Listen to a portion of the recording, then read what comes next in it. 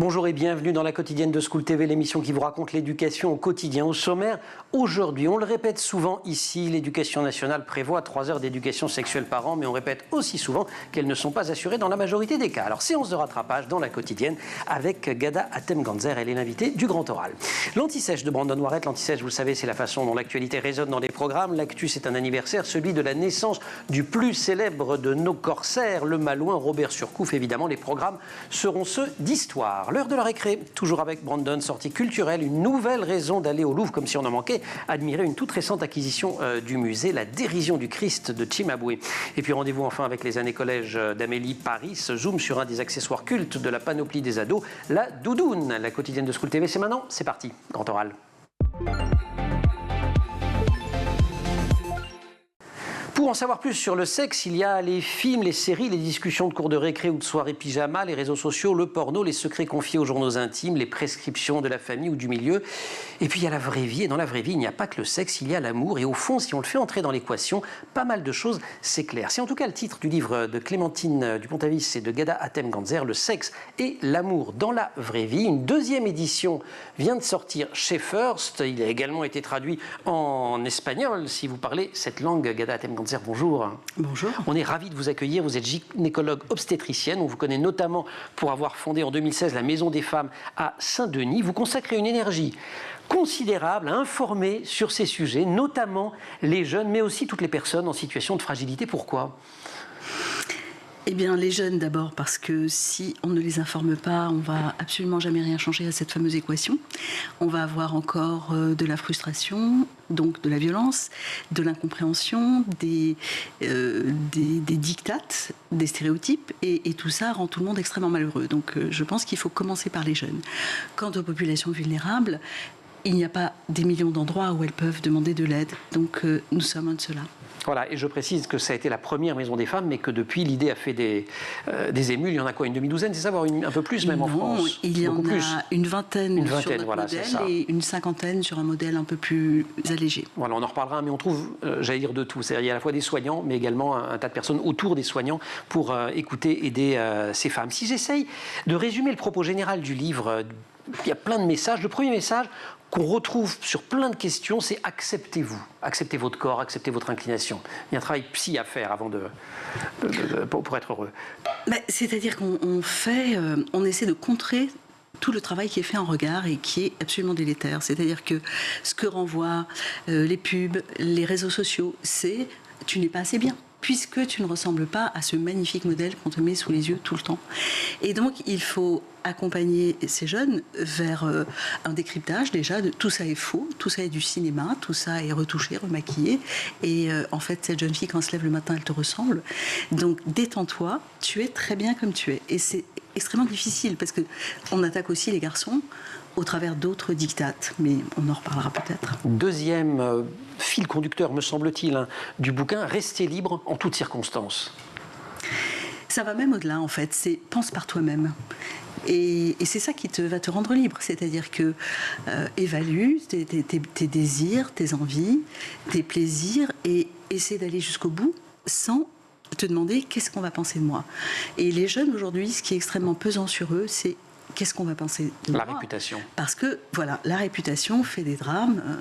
Un livre extrêmement intéressant vient de sortir avec ce titre sur comment on peut détruire des enfants rien qu'en menaçant ou en salissant directement leur réputation. Pensez au livre de Lord Aussi. Au livre de Lord Aussi, qu'on avait accueilli ici même. Vous pouvez retrouver dans les archives de l'émission. Je pense que c'était il y a à peu près un mois cet entretien avec Lord Aussi. Il y a un troisième message, c'est respectez-vous, respectez les autres et tout ça marche ensemble. Le respect.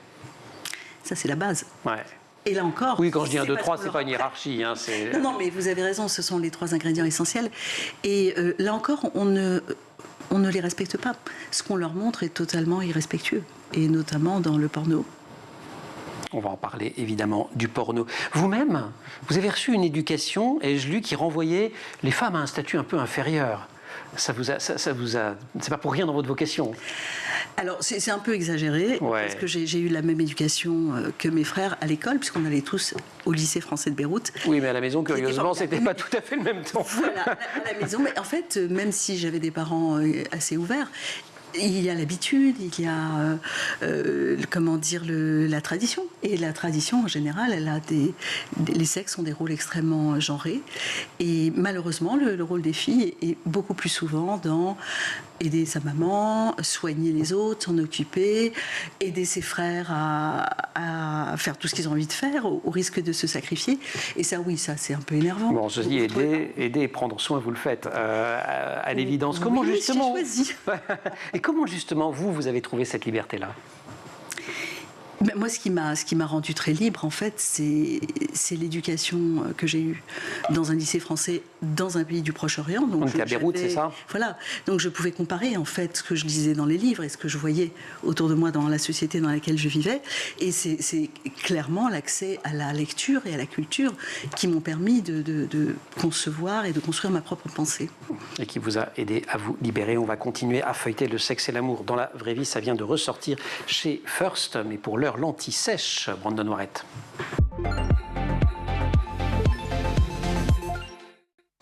Brandon, bonjour. Bonjour Emmanuel.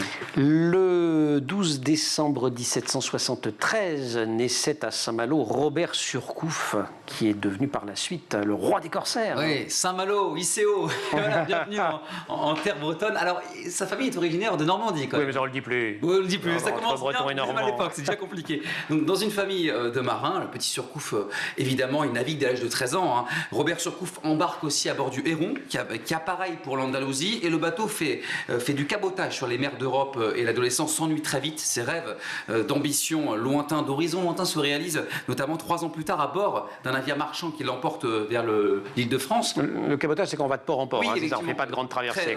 Très proche des côtes, et donc l'actuelle île Maurice, donc île de France, une terre qui deviendra évidemment sa terre favorite, hein, très rapidement, quelques années plus tard. Au cours de cette campagne, il va rencontrer notamment Monsieur de Saint-Paul, un personnage qui va lui apprendre le métier de marin, et il est particulièrement doué Surcouf, puisqu'il reçoit son premier commandement en 1793, il a à peine 20 ans, il devient officier évidemment pour une bonne conduite au feu, puis lors d'un naufrage, il se lance dans la traite négrière Bon, ça c'est moins bien. de Madagascar. Pour notre héros, c'est moins pas très héroïque. Oui, et son ambition, évidemment, évolue très rapidement. Lui, il veut devenir corsaire pour piller les navires de commerce anglais. Ces corsaires, attention, ce ne sont pas des pirates. Pas des hors-la-loi. Enfin, c'est un pirate qui a une autorisation. Oui, voilà, autorisation du roi pour le compte. C'est un peu la même chose. Effectivement, c'est un peu ça. Mais il a cette, vous savez, ces lettres de marque. Il vient pour le roi de France. Donc, il y a l'image aussi du roi de France avec le corsaire. Il se fait un nom avec un grand fait d'armes. On est en janvier 1793. Il prend la mer avec un navire marchand armé seulement de 4 canons. Et là, il va avoir des petits soucis en mer, mais une stratégie redoutablement maligne. Évidemment, très très redoutable. Surcouf, il s'empare en fait du vaisseau anglais chargé de riz au beau milieu de l'océan Indien. Ensuite, il continue sa traversée. Et là, bon, évidemment, avec Surcouf, c'est pas la mer qui prend l'homme, c'est toujours l'homme qui prend la mer. Et lui, il aperçoit un énorme bateau anglais, le Triton. Il a 30 canons, 150 hommes à bord. Lui, il a que 6 canons et 10-15 hommes. C'est pas grand chose. Il est presque sûr de perdre. Alors, il aborde le drapeau anglais. Bon, bah, il se rapproche des terres. Il arbore le drapeau anglais. Oui. Oh là là. Alors évidemment, les Anglais sont rassurés. Ah bah, ouais, on a un compagnon. Et au dernier moment, là, il aborde. Parce qu'il faut toujours arborer ce drapeau pour se battre, parce que sinon, politiquement, c'est très compliqué. Et là, il aborde ce drapeau, arbore le drapeau français, et il s'empare du navire. 23 ans seulement, et la légende de l'homme commence. Ces corsaires, évidemment, avec Surcouf, continuent évidemment directement d'attaquer différents bateaux anglais. Et le 7 octobre 1800, ils accomplissent sans doute l'exploit le plus mémorable de la traversée de ces corsaires au 19e siècle. Ils s'emparent du puissant navire, le Kent, de la compagnie britannique des Indes orientales, richement chargé. Il est armé de 38 canons, et son équipage compte 400 hommes. Et là, les grappins sont lancés, les coques sont rapprochées, les corsaires montent à l'abordage et engagent la bataille. Évidemment, un Français contre 3 Anglais. Qui c'est qui gagne à la fin ? Ce sont les Français, évidemment. Pour une fois. pour une fois. Allez, le combat est ne soyons pas achevé, chauvins. C'est la grande histoire de ce corsaire. Il restera longtemps dans les mémoires. Hein. Surcouf, il est considéré comme le meilleur spécialiste de la course, le plus habile des chasseurs de mer. Son business aurait rapporté 500 millions de livres, l'équivalent aujourd'hui de 5 milliards d'euros actuels. Et un jour, on a un officier, la Royal Navy, qui lui dit « Oui, vous les Français, vous battez souvent pour l'argent. Nous les Anglais, on se bat pour l'honneur. » Et là, Surcouf, beaucoup de répartis, il lui répond « C'est vrai, monsieur, chacun se bat pour ce qu'il n'a pas. » En plein dans le mille, le roast beef. Et en plus, c'est parti. Vous n'avez pas aimé le Napoléon de Ridley Scott, et non. Je sens. Et voilà, et il se venge. C'est pas beau la vengeance. Grand oral, Gada Temganzer. Le sexe et l'amour dans la vraie vie, très très précieux cet ouvrage qui est co-signé Clémentine Dupont-Avis et Ghada Hatem-Ganzer. Il vient de ressortir chez First. Vous rencontrez énormément de jeunes, des collégiens, des lycéens. Est-ce qu'il y a des questions ou des attitudes qui reviennent très souvent? Oui, hélas. Il y a énormément de questions déjà autour de la virginité. C'est un sujet qui émeut encore les foules. Ça paraît fou en 2023, mais pourtant... Alors, ce qui explique, parce que je m'étonnais que vous en parliez autant dans le bouquin. Ah mais bien sûr. Ouais. C'est quoi une vierge? C'est quoi une pute? Et voilà, tout ce qui pèse sur la sexualité des filles, en fait, est disséqué, critiqué, alors que... En miroir, chez les garçons, c'est valorisé. Et donc, cette idée que les filles doivent être pures jusqu'au prince charmant, au mariage, peu importe. Au mariage surtout. Surtout au mariage. Est très ancrée, à la fois chez les garçons et chez les filles. Alors, vous donnez des informations très précises. Hein. On peut les donner d'ailleurs. Hein. Sur les premières fois des femmes, c'est très technique. Saignement, pas obligatoirement. Ah non. Non, non. Douleurs, elles ne sont pas liées à la déchirure de l'hymen, pas seulement en tout cas. Non, elles sont beaucoup liées à l'appréhension. Puis là, une première fois, c'est quand même quelque chose d'extrêmement important dans une vie. Donc on peut comprendre qu'on l'entoure d'un certain romantisme et de mystère. Mais de là à décider qu'une fille qui a eu sa première fois en dehors des liens sacrés est une très mauvaise fille, il y a quand même un grand pas. Que beaucoup s'empressent de franchir malheureusement. Donc ça, c'est un premier sujet. Et certaines, dès la première fois, tombent enceintes, alors même que beaucoup croient que la première fois, on ne peut pas tomber enceinte. Deuxième sujet, on ne peut pas tomber enceinte la première fois, on ne peut pas tomber enceinte si on n'a pas joui. Et ça, c'est intéressant, parce que dans le viol, par exemple, c'est des questions qu'on pose aux victimes, et c'est tout à fait surprenant. Donc ça, ce sont encore des idées très reçues, des idées fausses. Voilà, autre idée reçue. Les filles n'ont pas le droit, très clairement, de s'habiller comme elles veulent. Les garçons ont le droit de s'habiller comme ils veulent, de coucher avec qui ils veulent et de ne pas respecter, par exemple, une fille qu'ils auraient mise enceinte. Eh bien, c'est tant pis pour elle. Et ce qui est presque plus douloureux, je dirais, c'est quand les filles elles-mêmes disent « Ah ben madame, elle a fait une connerie, il faut qu'elle l'assume. » Oui, c'est ça. Elles intègrent cette domination masculine, ce patriarcat. Vous insistez beaucoup sur la co-responsabilité. À plusieurs reprises dans le bouquin, quand vous parlez de ces situations-là, vous dites attention les garçons, ça vous concerne aussi pour la contraception, pour tout ça. On le fait à deux, on l'assume à deux. Il y a beaucoup de chapitres qui parlent du corps, qui décrivent le corps. Il y a des dessins qui décrivent le corps. Les jeunes ne connaissent pas leur propre corps. Non. Et ce qui est vraiment merveilleux dans ce livre, en fait, c'est la patte de Clémentine qui a une façon de dessiner le corps extrêmement poétique. Absolument. Et j'adore ces dessins. Ils m'inspirent énormément parce que... Un petit côté Cocteau par endroit d'ailleurs. Tout à fait. Voilà. Parfaitement.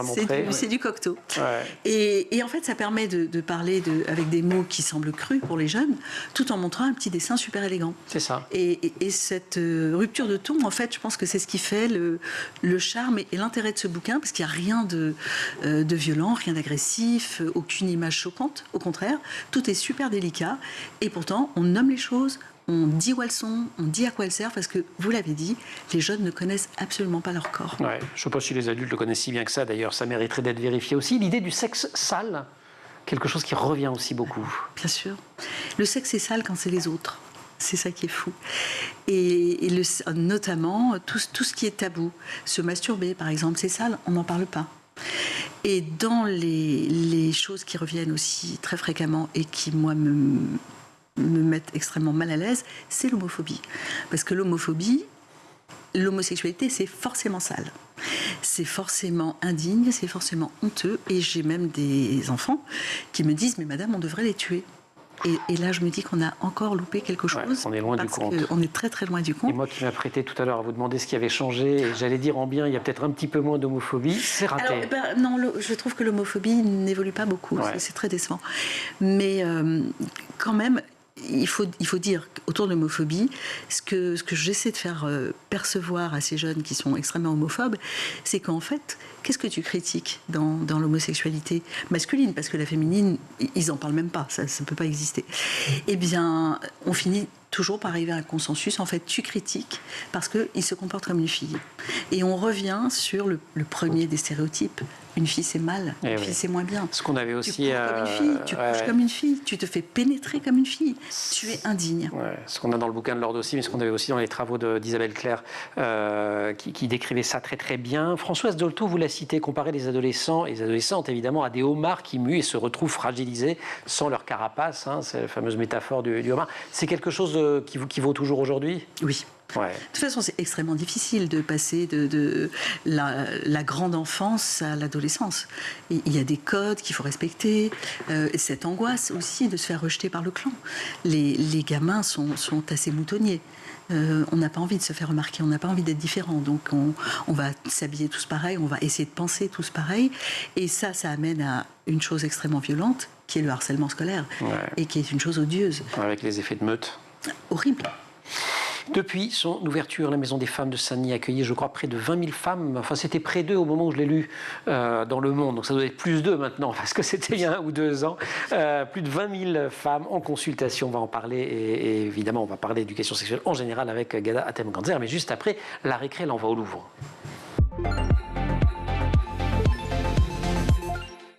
Rebonjour Brandon. Bonjour Emmanuel. Et pour cette récré aujourd'hui, direction le Louvre qui vient de faire une acquisition remarquable. Remarquable, oui, c'est exactement le mot, la dérision du Christ, un tableau qui représente l'un des épisodes de la Passion du Christ. Il a été composé en 1220 par le maître florentin de la pré-Renaissance Cimabue, comme vous dites très bien. Cimabue, l'accent italien. En fait, il est tout petit ce tableau. Il est même pas plus grand qu'une feuille A4. Hein. C'est 28 cm de haut sur 20 cm de large. Beaucoup plus petit d'ailleurs que la Joconde de Vinci. Alors vous allez me dire jusque-là, bon, rien d'extraordinaire, effectivement, sauf qu'il a été acheté aux enchères pour la modique somme de 24 millions d'euros en 2019. C'est pas grand-chose, estimé entre 4 et 6 millions d'euros. C'est tout simplement un record pour un tableau antérieur à 1500. Toujours rien d'exceptionnel, parce qu'on se dit comme dans l'art, les tableaux sont régulièrement vendus des millions et des millions d'euros. Mais la particularité de ce tableau, c'est qu'il a failli finir à la poubelle. Ouf. Eh oui. En fait, il y a une femme, commissaire-priseur, qui doit débarrasser la maison d'une grand-mère qu'elle connaissait depuis longtemps, nonagénaire. Elle débarque dans la maison pour choisir différentes œuvres, différents mobiliers. Et là, elle arrive dans la cuisine et elle voit un tableau et elle est particulièrement attirée par la couleur un peu dorée de ce tableau. On apprendra plus tard qu'il a été peint sur fond d'or. Là, elle demande à la famille, il vient d'où ce tableau? Elle appelle sa petite fille, on n'en sait rien, il est là depuis très longtemps. Et en fait, on apprend que c'est une œuvre absolument unique, extraordinaire, vendue aux enchères 24 millions d'euros. Le collectionneur est extrêmement content, un Italien, il est heureux, il rentre en Italie, sauf que, évidemment, il est considéré comme trésor national. Les pays ont le droit de proposer cela. L'État le rachète pour quelques millions d'euros, beaucoup moins d'ailleurs, et il arrive enfin au Louvre. C'est le ministre de la Culture, Franck Riester, en 2019, qui fait l'acquisition, et il vient de rejoindre les collections. Il devient tout simplement c'est la plus ancienne œuvre au Louvre dédiée à la période de la Renaissance. Et ça y est, on peut le voir dans quelques temps. Attendez, soyez patients. Ah 2025, ouais, janvier 2025, vous verrez une toute petite salle, petit tableau, mais dédié à ça. Magnifique. Extraordinaire. Mais le Louvre-Lens, ceci dit, présentait, je pense, l'acquisition n'était pas récente, mais un tout petit Vermeer. Et alors c'est très étonnant parce qu'on le voit sur des grandes affiches, on va au Louvre-Lens pour voir le grand Vermeer. En fait, c'est également, tu vois, et ça présente une charme, une proximité absolument. Voilà. On en parlait. Oh, quel art de la transition. Génial. Brandon, prenez ma place. Grand oral.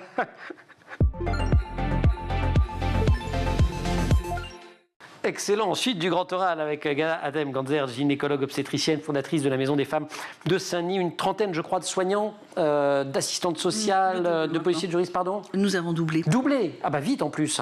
Oui. Ah ouais, parce que là, mes chiffres, ils ont 1 an. Et plein d'intervenants extérieurs, des bénévoles également. Beaucoup de changements ces dernières années sur la question de l'éducation sexuelle, des positifs, des négatifs. Je commence par les négatifs, on en a déjà parlé. Alors, il y a le porno et les réseaux sociaux, c'est les deux pires, non? Oui, et puis le tabou des familles qui ne progressent pas trop. Ça, c'est quand même embêtant, parce que les enfants n'ont pas des tonnes de ressources. Et si dans la famille, on ne peut parler de rien, et si l'école n'assume pas sa mission éducative autour de ces questions-là, eh bien, il ne reste plus qu'Internet. L'école, d'ailleurs, j'ai envoyé une petite pique en début d'émission, c'est quand même pas normal que les heures d'éducation sexuelle qui sont prévues dans les textes depuis des années ne soient pas mises en œuvre.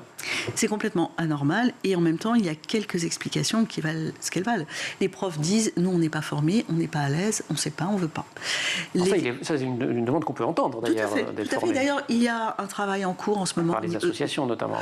Ouais. Déjà, le ministère avait créé il y a 1 an un groupe de travail où il y avait des associations, des profs, etc., qui a essayé d'avancer sur ces questions. Et le Conseil supérieur des programmes s'en est saisi et doit rendre des programmes... Une lueur d'espoir. Tout à fait.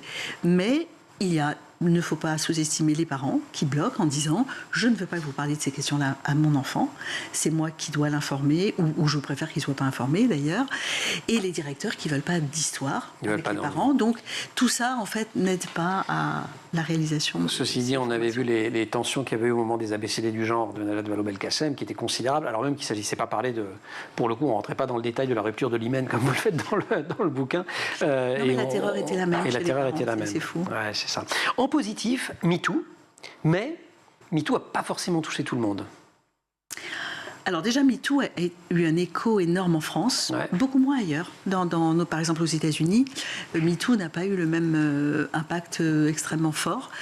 MeToo est devenu aussi MeToo inceste, ce qui est quand même assez intéressant parce que au moment où MeToo inceste a explosé, la Civis, donc la commission indépendante sur l'inceste, n'existait pas.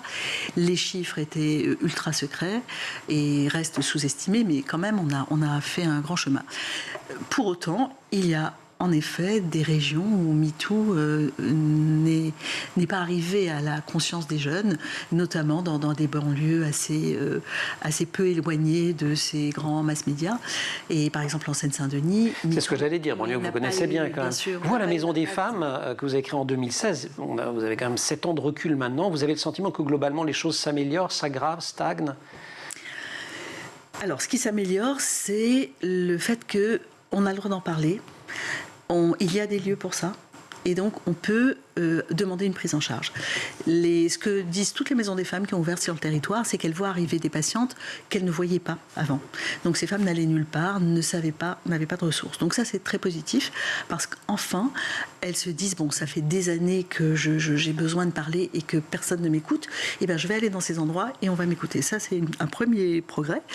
Et puis, évidemment, il y a eu des lois, il y a eu une réorganisation de la société, il y a eu cette idée qu'il faut former tous les gens qui peuvent accueillir des victimes parce qu'ils ne sont pas formés, ils le font très mal, policiers, magistrats. Là, par exemple, on a formé hier une quinzaine d'interprètes. C'est extrêmement important parce que les femmes qui ne parlent pas la langue, quand elles ont besoin de raconter des choses extrêmement dures, si l'interprète lui-même n'est pas à l'aise et n'a pas les mots, on est mal parti. Donc beaucoup de choses ont progressé. Il y a maintenant des juridictions spécialisées qui se mettent en place. Il y a des éléments de protection comme le bracelet anti-rapprochement. Il y a l'ordonnance de protection pour mettre les femmes à l'abri qui avant mettait pas mal de temps à être prononcée, puis 6 jours et bientôt ça va être en 24 heures. Donc si on essaie d'être optimiste, il y a quand même un certain nombre de signaux sympathiques. Vous parliez de libérer la parole. Vous, votre credo, c'est de dire que c'est l'approche par la santé qui libère le plus facilement cette parole. Parce que... c'est pas qu'elle la libère plus facilement, c'est que parler à un médecin, ça fait sens. C'est ça, voilà. Voilà, si ce médecin vous dit « moi, ce que vous avez vécu m'intéresse parce que ça va toucher votre santé », on va lui parler. C'est très différent d'aller parler à un gendarme ou à un policier. Les hommes, là-dedans, est-ce qu'ils se sentent plus responsables, plus attentifs? Vous insistez beaucoup sur leur co-responsabilité. Et parfois responsabilité tout court, non, ça, je parlais pas des violences sexuelles, je parlais déjà tout simplement de la vie sexuelle et affective. Ils commencent à comprendre que leur comportement, ils le faisaient en toute bonne foi. On les avait élevés dans une idée de prédation. Un homme, ça prend. Et une femme, ça se laisse prendre. Donc, on leur avait dit aussi, une fille qui dit non, c'est une fille qui veut, qui n'a pas le droit de dire oui. Ouais, c'est ça. Et puis, le porno leur montre exactement des scènes de viol en leur disant la sexualité, c'est ça. Donc, ils sont un petit peu perdus, les garçons, parce que ceux qui ont la chance de pouvoir parler et de pouvoir discuter avec leurs parents, avec leurs profs, me disent moi, je ne sais plus quoi faire avec une fille. Je ne sais plus comment lui parler, je ne sais pas comment la draguer. Et si on est tous les deux dans l'ascenseur, je vais prendre l'escalier parce que j'ai trop peur d'être toute seule avec elle dans l'ascenseur. Bon, alors, les garçons, vous faites comme les filles, vous lisez Le sexe et l'amour dans la vraie vie. Le sous-titre, c'est pour démarrer et vivre une sexualité librement choisie, épanouie et responsable. C'est un super programme. Vous restez avec nous, vous parliez du caractère normatif des jeunes, ils veulent tous se ressembler, mais il y a un truc sur lequel ils se ressemblent tous, c'est qu'ils mettent tous des doudounes. Merci beaucoup, Brandon, la doudoune, avec Amélie Paris, les années collège.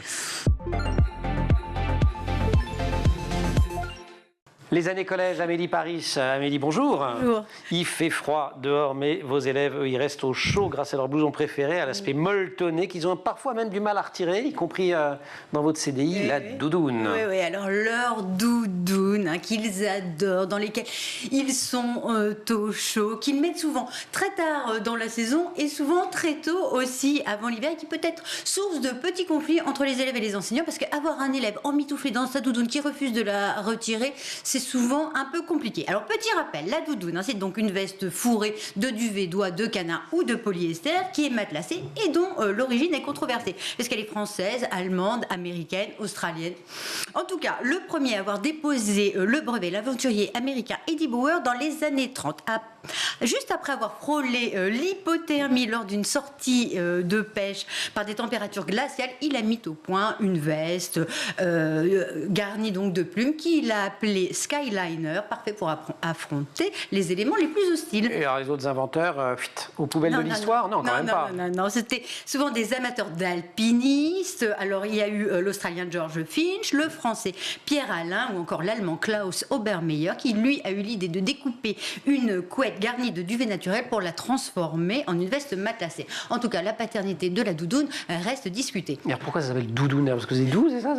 C'est comme un doudou? Eh bien, les anglophones, eux, parlent de puffy jacket, donc la veste gonflée. Ah oui, ben voilà, c'est plus factuel. Oui, et contrairement au trench coat, les Français, eux, ont voulu lui donner un autre terme qui a pour racine doux et son dérivé doudou, donc pour son côté chaleureux, la chaleur qu'elle dégage, et puis le côté rassurant, réconfortant. Comment est-elle devenue si populaire, la doudoune? Parce que c'est plus seulement les alpinistes ou les pêcheurs en haute mer qui en portent maintenant. Ah bah alors, avant d'être au sommet de la tendance, elle a d'abord séduit, donc dans les années 50, l'armée de l'air, les pêcheurs, les chasseurs, et grâce à son pouvoir isolant et à la liberté de geste qu'elle procure, elle va devenir incontournable pour les amateurs de sport prêts à affronter des conditions extrêmes. Mais les Jeux Olympiques de Grenoble en 1968 vont jouer un rôle très important auprès des non-initiés. Elle va devenir à la mode dans les années 70. Alors on va la voir longue, courte, chic, à capuche vernie flashy, avec ou sans manches. Elle s'est popularisée véritablement en milieu urbain dans les années 80 en devenant un vêtement fonctionnel, confortable et tendance. Et depuis ces années-là, la doudoune se réinvente tous les ans sur les people et dans la rue. Et dans les collèges, puisque c'est un des vêtements préférés des ados. Oui, alors j'ai fait un test. Enquêtons. Oui, lundi, j'ai vu 125 élèves, filles et garçons, 128. Sur les 128, 105 portaient une doudoune. Soit, ah oui, quand même. Oui, c'est énorme. 82% des ados du trio. Alors, il y en a des longues, parce qu'ils s'inspirent des joueurs de foot et des entraîneurs sur les terrains de foot. Les bords des terrains. Il y en a, j'ai vu des courtes, des colorées, des imprimées, mais leur modèle préféré est courte, noire, un peu bombée, mais pas trop, parce que sinon ça les grossit. Je reprends leur expression. On les a, nous. Mais oui, alors... La pression est là. Et oui, Lisa, qui est une élève de 5e, elle les aime parce qu'elles vont avec des survêtements, des jeans et même des jupes, et surtout avec leur sweat à capuche. Dont on avait déjà parlé. Mais oui, elle les aime aussi parce qu'elles sont chaudes, confortables, et parce qu'elles sont portées par tous les autres ados. On connaît l'importance pour les adolescents de faire comme les autres. Et Neila, elle, une élève de 3e, elle les aime noires, mais pas uniquement, mais aussi bleu marine, kaki, voire même irisé pour la fantaisie. Il y a une doudoune qui a fait le tour des réseaux sociaux en mars dernier, Maxi Doudoune. Maxi Doudoune blanche, oui. Maxi Fake. Mais oui, mais qui a persuadé plus d'un internaute d'un changement de style du pape François. Alors, photo qui a été partagée et commentée par des millions de personnes, devenant virale en quelques heures, alors qu'il s'agissait, comme vous le disiez Emmanuel, d'une photo générée par l'intelligence artificielle. Alors, évidemment, le pape François en Maxi Doudoune blanche, ça fait sourire, mais j'en profite quand même, je suis professeur documentaliste, pour rappeler que le risque de désinformation est très élevé et qu'il est important, voire primordial, d'éduquer aux médias et à l'information. Donc les professeurs documentalistes sont les piliers à travers leur mission, leur circulaire qui définit leur mission. Merci beaucoup Amélie. Un bouquin... Je ne sais pas si vous l'avez déjà dans le CDI, cadeau, super, le sexe merci. Et l'amour dans la vraie vie de Ghada Temganzer. Merci. Et Clémentine Dupont-Avis. Ghada, merci beaucoup de nous avoir accompagnés dans cette émission. Je précise qu'à la Maison des Femmes de Saint-Denis, vous avez ouvert une unité de viol de moins de 5 jours. Et que ça, c'est une des nouveautés. Vous n'arrêtez pas de produire ce genre de nouveautés. Merci mille fois de nous avoir rendu visite à la quotidienne. Bravo pour le bouquin. Lisez ce bouquin, garçons, filles, parents, enseignants. Il est passionnant. Merci aussi à toute l'équipe de l'émission. Laure Audemont au maquillage, Marine Plantec pour la préparation de l'émission. émission assistée pour la dernière fois par Emma Frary, c'est la der, cœur. Bon allez, bon voyage, amuse-toi, réussis tous tes concours, c'était formidable de t'avoir. Gauvin Bonizek au son, bonjour également à ton papa. Réalisation Angèle, Jean Girard, oui c'est les messages perso aujourd'hui. Vous restez sur School TV et vous nous retrouvez nous en permanence sur Internet et les réseaux sociaux.